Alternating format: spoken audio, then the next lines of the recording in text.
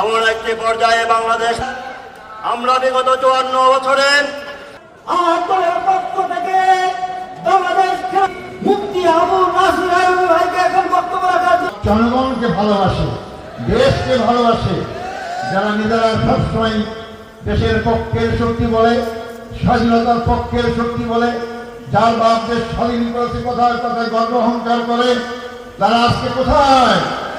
তারা শুধু তাদের হাজার হাজার কর্মীকে ফিরে দিয়েই নয়, 18 কোটি মানুষকে অনিরাপদ রেখে স্বাচ্ছন্দ্য জীবন যাপন করে পাশের কৃষি কাজ করে নিয়েছে।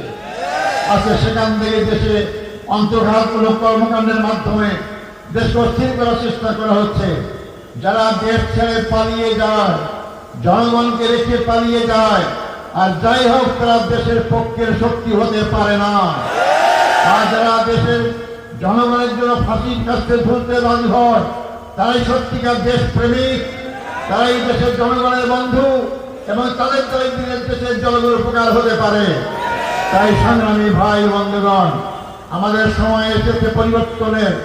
এই পরিবর্তনকে স্থায়ী যদি করতে হয়, মানব রচিত আইন থেকে আমাদের বেরিয়ে আসতে হবে। এই আইন যে মানুষের কোনো কল্যাণ হতে পারে না। 55 বছরই শুধু নয়, পৃথিবীর যেখানেই মানব রচিত আইনটা পরিচালিত হয়েছে, সমাজের দৃষ্টিকোণে মানুষ সুখ শান্তি পেয়েছে, আপামার জনসাধারণ সুখ শান্তি পায়নি।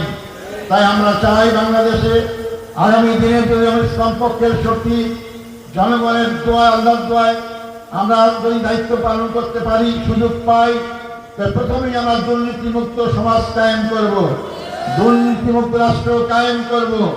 বাংলাদেশের সবচেয়ে বড় সমস্যা, আমাদের দেশের বড় সমস্যা দুর্নীতি। আমার দেশের সম্পদের কোনো অভাব নয়, আমার দেশের অভাব সব নেতৃত্বের। আমরা যারা দেশ চালিয়েছি, দেশ চালাতে চাই, তাদের মধ্যে সততা নাই।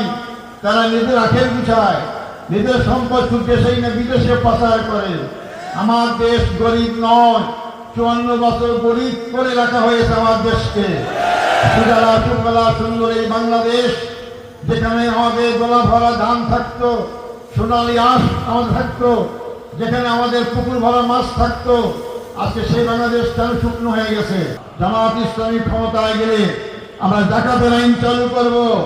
বাংলাদেশের 92 মুসলমানদের এই দেশ, আমরা ফজর আযান শুনে ঘুম থেকে জেগে উঠি, এশার নামাজের পর আমরা বিছানায় শুতে যাই, সেই আযানের দেশে, সেই মসজিদের দেশে আমরা কোরআনের শাসন চালু করতে পারি নাই। এটা আমাদের দুর্ভাগ্য।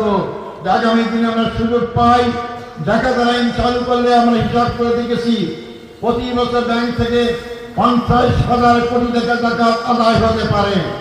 এই টাকা যদি আদায় করা যায়, 3 থেকে 5 বছরের মধ্যে বাংলাদেশে যাকাত খাওয়ার লোক খুঁজে পাওয়া যাবে না ইনশাআল্লাহ। সেই লক্ষ্যে জামাত ইসলামী, অন্য ইসলামী দলের সাথে ঐক্য হয়ে আমরা কাজ করার চেষ্টা করছি।